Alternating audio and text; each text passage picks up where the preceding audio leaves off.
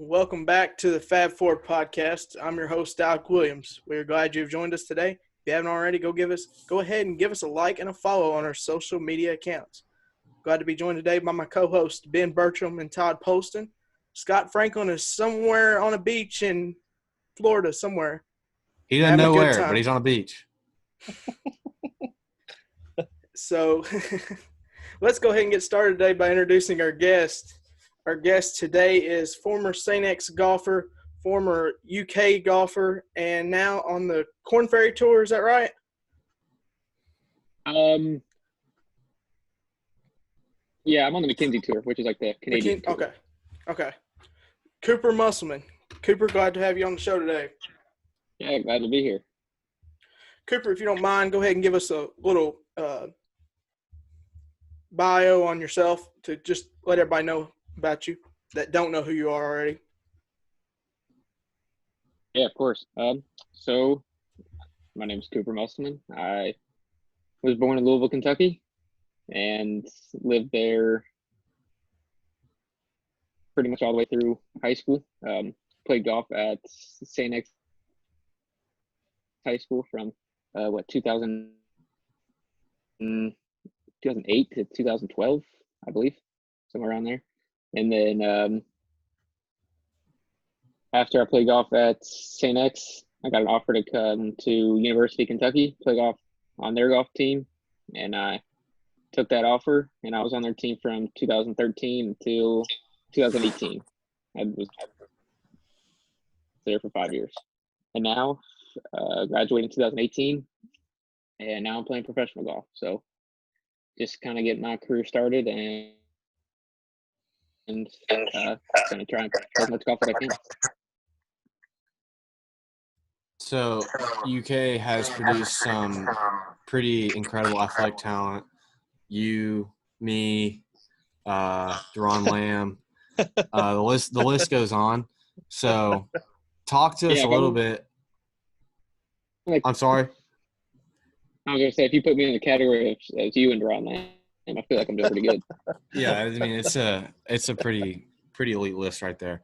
But what I was going to ask was, if you can tell us about your time playing at UK and like maybe what other offers you had for colleges, what made you pick UK, and how you enjoyed it.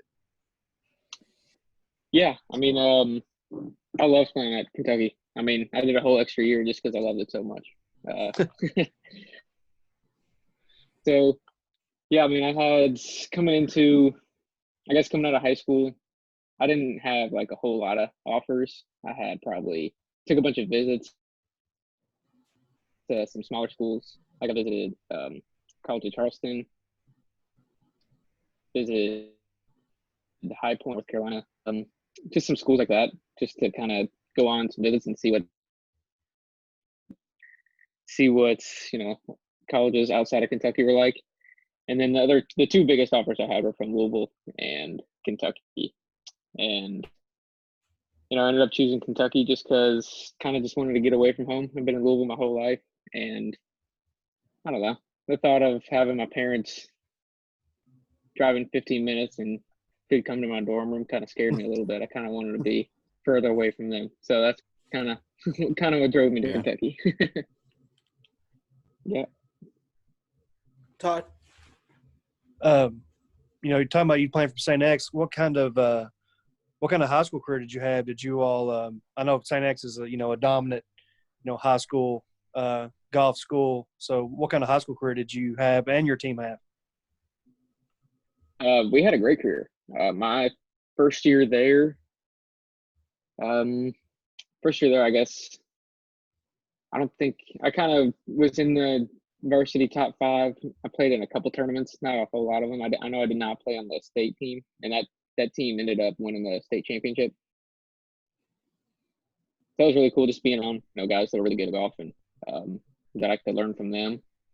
And then starting my sophomore year, junior year, and senior year, I was on varsity, played top 5 every single tournament, and it was a blast. We were a really good team. We produced a lot of Division I, Division II golfers. Most famously being Jeff Thomas. It was pretty cool being on his team. So got to learn a lot from him, and just hanging out with him for 2 years was a lot of fun. That's awesome. Yeah. Cooper, question I had is, of course, people from around Campbellsville, where we're all from, know Cooper and Tanner Parks, who play Kentucky now. Do you know have any connection with them? Yeah, I mean, I've gone back to Lexington a couple times ever since graduating, and gotten to practice with the team, I think, twice, and they were both there. I don't know them very well, but I mean, just getting to watch them practice and played with them. Actually, I don't know if I've ever played with them, but just getting to watch them practice was pretty cool. I mean, you can tell that they're really close together. They're really friends. It's kind of hard being twins on golf team. I couldn't imagine butt heads a couple times, but they seem to be best friends and really good at golf. All right, so best round you've ever played and favorite golf course. I say the best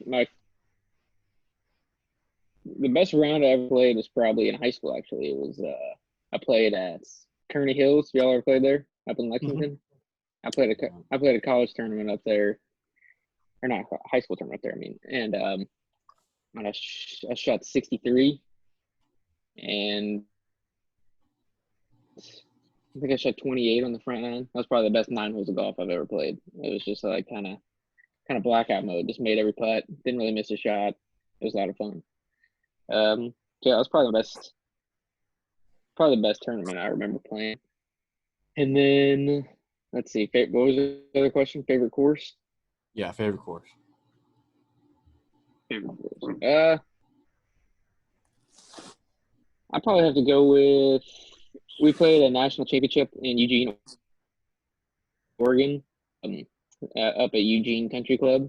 That was probably my favorite course. It was like, kind of an old country club style course. It wasn't too long, but it was very challenging, very demanding off the tee. Had to hit it very straight, and the greens are rock hard, and they were probably the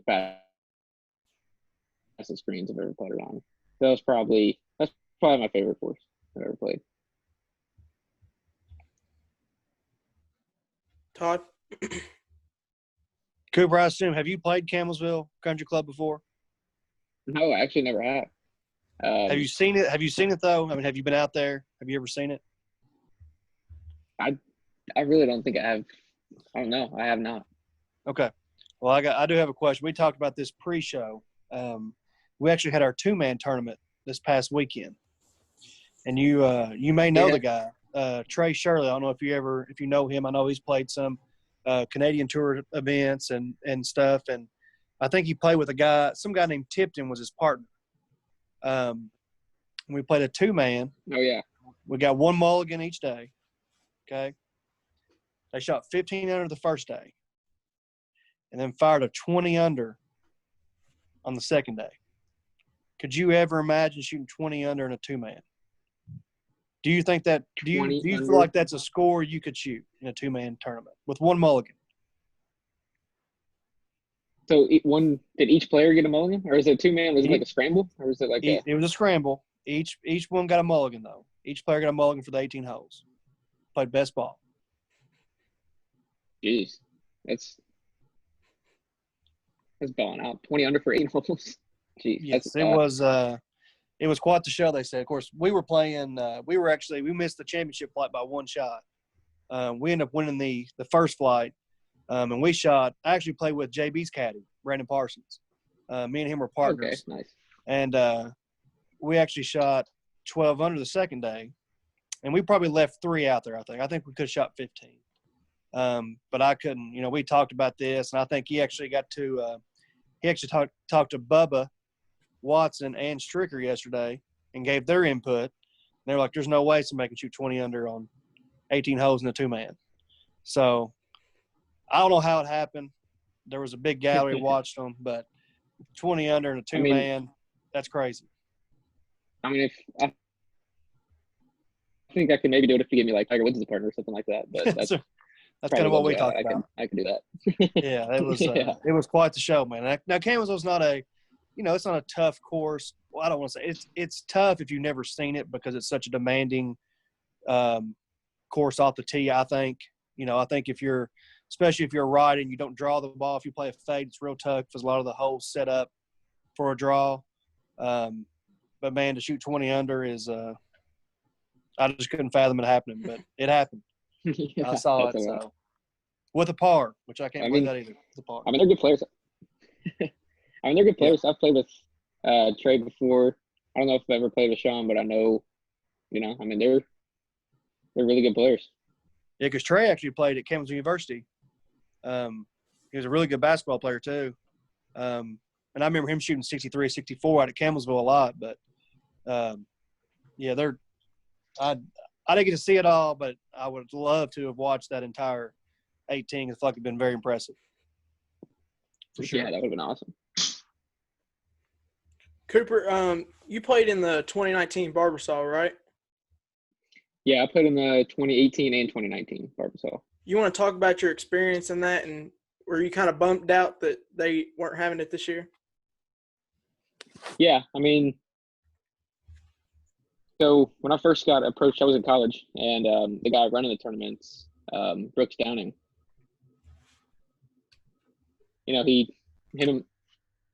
My dad called me over and said, "Hey, let's have lunch one day," and they invited me to. I guess they wanted to make the 2018 Barbasol like my first professional event. So I was like, "Man, where do I sign? That sounds like a really good deal." So, yeah. So once I found out about that, I was excited. And so my first professional event, being a PGA Tour event, I was very nervous. I was kind of stressed out going into the week. Kind of approaching it as, it's my first step in my career. I want to prove that I'm good enough. I want to impress everybody. And but then, getting on to the week, I had so much fun, and I had my best friend caddying for me. I had my swing coach out there. I had my parents, college friends, high school friends, college teammates, high school teammates all out there watching me. And it was, that's probably the coolest golf moment of my life was, that first tee of my first professional event being a PGA Tour event with all my friends and family there watching me and supporting me. That was something special. And then, 2019, again, got another invitation to play in it, and kind of put a little too much pressure on myself. Didn't play great. Kind of thought, I did this last year. I played well last year. I can do this again. I can, had some high expectations heading into the week. Unfortunately, didn't play well, and that's that kind of stung a little bit. But it is what it is. It's golf. It happens. Yeah. Sometimes. Yeah, and then so when I found out that it was getting canceled this year, it's kind of tough. It's really good for the state to have a PGA Tour event. Bringing all the best golfers in the world to Lexington, Kentucky is that's pretty special, and it's pretty cool to see. Have people go out and watch just to get golf bigger in Kentucky. That's kind of what I kind of saw in Barbasol was whenever they moved it to Kentucky, everyone is got all excited about golf. So I think that was great. But yeah, I was pretty bummed when it got canceled. Who was you paired up in those two events? Who was I playing with? Yeah. The first year in 2018, I was paired with Ben Silverman and Jonathan Kay for the first two rounds. Ben Silverman was kind of like, I think he was like 30 years old. That was his first year on tour. He was a rookie on tour. So I'm a really nice guy, really cool guy to be around. Jonathan Kay was kind of like in a different category. He was older. I think this was his 20th year on tour, and he was just kind of towards the later end of his career. And he was awesome to play with. He was so relaxed and was just joking with me, walking on the first fairway. I was about to, excuse my language, I was about to shit myself. I was so nervous. So I was like, having a guy like that just joking around with me, kept me a little looser. So it was really good playing with that guy. And then I made the cut and got paired with who was I paired with? A guy named Nick Lindaham, who was another, one of those younger guys. I think that was his first year on tour as well. And then I got paired with Robert Garrigus one day, and that was really cool because he was, when I was growing up watching golf, he was, one of the guys that would pop on TV occasionally. So it was pretty cool to play with him. He hits it like 500 yards. It seems like he bombs the ball. Yeah. Yeah, he's a good player. So when you're playing with someone, would you rather them loosen up and joke with you? Would you rather them kind of keep to themselves? Or would you rather them be really bad and make you feel better? A little mixture on occasion is always good. Like, it's always fun playing with, when I play with somebody at home. That's when I feel like I play my best because I'm not nervous. I'm just hanging out, playing golf.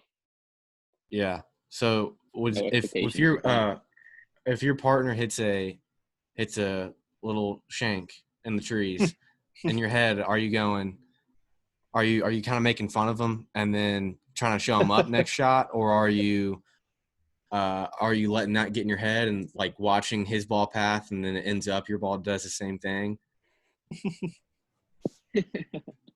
No, I'm not really. I don't really make a joke and just kind of move on. I'm definitely not thinking I'm going to do that. Yeah. Because I've noticed, I think that's my problem is when I golf, I'm playing with guys that are about my skill level.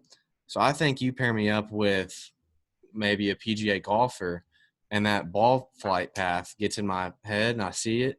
So I think you put me with a PGA Tour golfer, I think I'm shooting PGA Tour numbers there. Yeah. Yeah, but it makes sense. You just play your competition, right? That's right, yeah. Yeah. This is not true at all, by the way. Yeah, let's do it. Let's tee it up. Todd. Sorry, I had a question I forgot about. We got to talk about that. Who was your coach at St. X? Got the shanks in your head, man. I know. I don't want that either. Who was your coach at St. X? My coach was Dan Utley. Yeah. He was St. X had a coach. I think his name was Marty Donlin forever, for like 30-something years or something like that. And then he got put in the Hall of Fame last year at the KGCA. Yeah, he was the first guy there. Yeah. Yeah, I kind of, it would have been cool to have him be my coach because he coached I think he coached my dad when my dad was at St. X back in the 80s. Because he has like 18 state titles, I think, or something like that. Yeah, last time I saw him, he was walking around, he had like a ring on every single one of his fingers just because he could. That's crazy.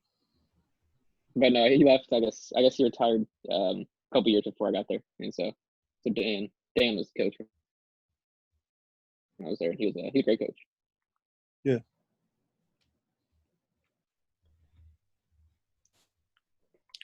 You may ask another one. I have another one. Yeah, go ahead.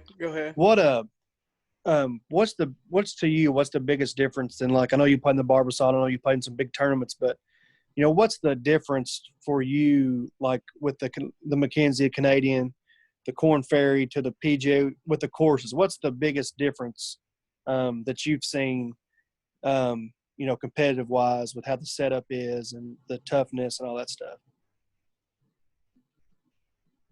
The PGA Tour courses are, they're the hardest, and which is, that's what you want to see. You want to see the best guys in the world play the toughest competition, and that's fun to see. A lot of times, Corn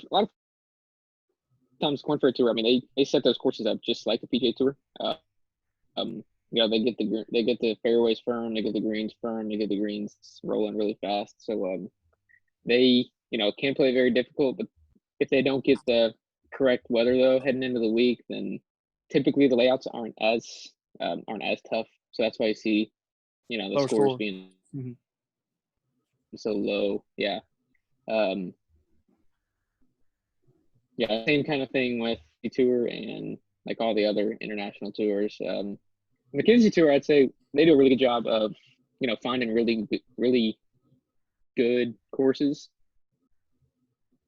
and they take it very seriously. So I mean, it's good that they set it up like a PGA Tour event. They tuck pins, they throw the rough up 2 weeks in advance to try and test us as much as we can get tested. So I mean, they do a really good job in that sense. But sometimes the courses up in Canada just aren't. A lot of times they're not as long. They're normally like 6,800 to 7,000, where PGA courses are normally 7,200 to 7,400 in lengthwise. Right. So Mackenzie Tour courses are just normally a little shorter, a little more narrow off the tee. So it's a lot of like three woods off the tee, hybrids off the tee, and then 9 irons and wedges in, versus PGA Tour events, you're going driver 7-iron, driver 6-iron. So it's just a little different. Makes sense. Cooper, what's been your favorite memory so far being a professional golfer in your 2 years so far? Favorite memory was, I'd just have to say the Barbasol for the first 2 years, being able to play in there, in that event was pretty special. Having friends and family, I could stay at my wife's parents' house. They live about a mile away from the course, so being able to stay a week with some family members, being able to see some family members, and have family and friends there watching me and supporting me, that's definitely been the best memory. What is the worst shot you've ever hit on since you've been playing professionally? This is something. This is more my talk, stuff I can relate to. Well, the worst shot I've ever hit, I can remember it very clearly. It still haunts me to this day. Was I played in another PGA Tour event out in California in Palm Springs. It was the Desert Classic, and so that tournament's a little different. It's like there's 3 different courses. So you play the Quinta Country Club, and then I think it's like PGA West, and they have 2 courses at PGA West. So I played the Quinta the first day, played one of the courses on PGA West the second day, and then the third day was that day, and I was playing terrible. I was not going to make the cut, and then I think I went for a par 5 and 2, hit it over the green, and the ball was like sitting up, like sitting way up on the grass, and I had to hit this massive flop shot, and I was like, man, I'm sitting that hard, just flop it, really hit it really high, have it land on the green, let it trip over the hole. Caddy's like, yeah, man, it sounds good. It sounds like you got it for it. Did this full swing flop shot and just went straight underneath the ball. I mean, it was like I completely whiffed it. So I'd blame it on the caddy. That's caddy's fault right there. Yeah. Yeah. He should have, I guess, let me in on it to not embarrass myself, but it was very embarrassing.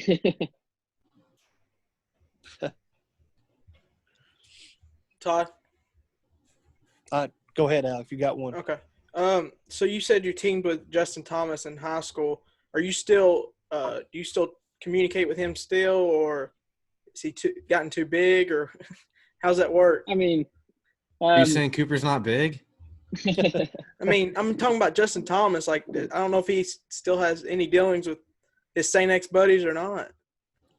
He's not just a St. X buddy. He's a pro golfer. It's true. All right. I've kept up with him. I mean, not a whole lot. We probably exchanged like one text or one Snapchat, a year. Nothing crazy. He whenever he first turned pro, I text him after, every good tournament. He was on the corner, back then it was the web.com tour. He's on the web.com tour. He, finished a second. I sent him a text, say, good playing. Good luck next week. He sends a text back, thanks, and what. And then it got to the point where he was just playing good every week. So I was like, man, he's probably annoyed at me just congratulating him all the time. So kind of stopped texting after that.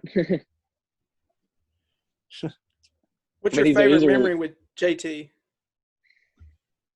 Favorite memory? Yeah. I was actually just telling the story earlier on today. So I was playing in my first high school event. I was a freshman. Freshman playing this tournament, kind of nervous. It was like, but it was on a course that I knew pretty well, and I was like, if I could play well here, then I could stay in the top 5. Hopefully, this team's really good. Hopefully, I can just get in the top 5. That's what I was trying to do for the rest of the year.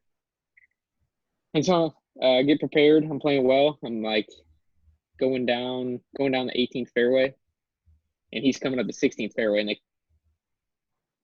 kind of like, probably you can see the 16th fairway. And so, I look over to him in motion, like, hey, how you playing? Kind of trying to see, if he's playing any good, because I was playing really good at the time. I was like 4 under. So he, I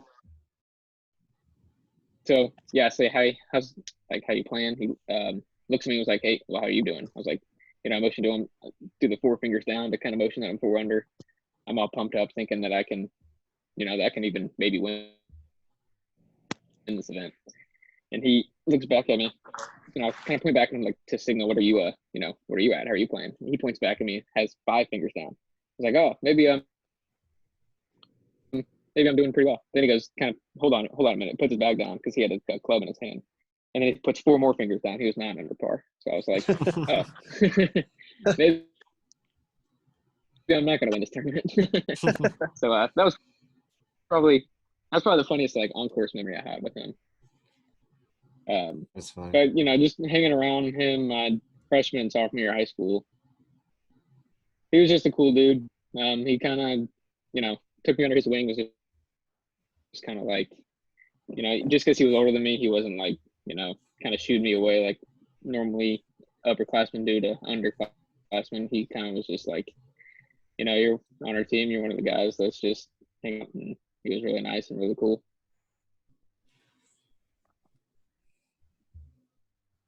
Man, you think Justin kind of took you under his wing because he saw that you were a really promising young golfer? Obviously, if you're playing in the top 5 at say next year, a good golfer, but you as a young kid, do you think he kind of saw that the potential you had, or do you think he would do that with anyone? I mean, I think he would do that with anyone. I think he's a really cool dude. I mean, he's like the least shy person ever. You could go up and tell him you're from Kentucky, and he'll just have on a full conversation with you. Like, he's really down to earth guy, really, really cool dude. At that time he knew that our team was good, but he was trying to get, he's a competitor, he's a leader. He's trying to get his team as good as they could get. So I think he was just trying to boost up us so we could play better and eventually win a state championship, which worked because we did. Cooper, how many state championships do you have? I just won 1 that freshman year. Just one. My freshman year we won 1, and then I think my sophomore year we ended up finishing 2nd. I think LCA, Lexington Christian Academy, beat us. And then my junior year, I think we ended up finishing 3rd. And then my senior year, we finished 2nd. West Jessamine beat us by, I think, either 1 or 2 on the last day, which really stung. Still stings to this day, but I'm really close to all the guys on the team, so they never let me forget that. Well, Todd, he's won a state championship in his first year coaching at Taylor County, so and he's looking for another. Oh, yeah. Year. Yeah. Is that right, Todd? Yeah, we did. They kind of changed the rule up this year. St. X and Trinity had to play. Of course, they play in the same region, of course, and only the winner got to come out. I think we played 14 or 15 tournaments all year. I think St. X and Trinity had won probably 11 or 12 of the events, with I think Trinity and us won maybe 2 of them, or 3 or 4 total between the 2, and St. X won the rest. But Trinity ended up beating them in the region. And we were 8 down to Trinity and LCA on the last day and come back and won. Is it still at Bowling Green Country Club? It is. It is. Yeah. So Yeah. we actually yeah. What I've heard Cooper that Taylor County's got a. Go ahead. Sorry, I didn't mean to cut you off. Oh no, you're good. So I was from what I heard is that Taylor County's got a dynasty golf team that they're just going to win the next 3 or 4. Well, we got that was my first year last year. The year before they won Cooper's senior year. Cooper and Tanner's senior year they won. We got two really good golfers, probably 2 of the 3 best in the state, Luke Coyle and Hayes Mason. I think Luke's 7 under leading the Kentucky Am today, or Junior Am at Boone's Trace. I think Hayes shot – I know he was 5 under through 16, I think, or something like that. So, yeah, I mean, we got a good chance this year. Of course, St. X Trinity, Madison Central, Jane Emo, and then at Marsh County is really good too. So there's still a lot of good schools. I think we can be the first ever public school to win 3 in a row. So that'd be pretty cool. Never been done. So yeah, man, awesome. Hope we get Is to that have a any season. sport or just golf? I don't know about any sport. I know that's be the first one. I think West Jessamine had one too. If I remember, that was the other team. Yeah. I don't know if it was the same time they beat you that your senior year or not. Yeah, they did. Yeah, they beat me my senior year, and then the next year they won. Oh, they had Yeah. I guess 5 juniors that year, and they had 5 Yeah. of the same guys playing. Then I think they won next year. So I think they were the only other public school that's ever won back-to-back state titles. So yeah, we got a chance to be the first one to win 3. So it's a pretty big thing. Of course, I think I'm good friends with St. X coach Boland, and they had like 43 kids last year on the on the varsity team alone that and had 7 or 8 go D1, D2.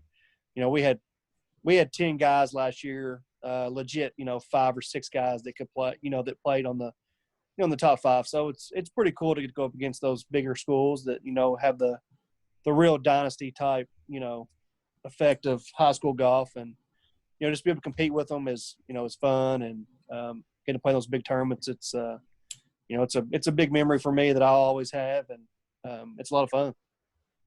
Yeah, I mean that's what you want. You want to. Oh yeah. You want to play against the best. That's how you get better. And it helps have good players. I'll always say that. Yeah. That always makes it easier. Yep.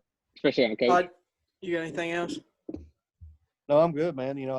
This was cool. I know, getting to have the the St. X connection and the Kentucky connection, and even having that slight Campbellsville connection. That's a pretty cool thing, man. I wish you the best of luck and everything you do in the future. Yeah, thanks. Ben, you got anything else? Not other than come down and play Campbellsville Country Club sometime. Yeah, I'll be up in Kentucky, and let's see. I'm playing the state open, I guess, the 28th through the 30th. So I'll be up there then. So maybe I can get down to Campbellsville Yeah, good deal. Try it out. and play some golf. Yeah, that'd be awesome.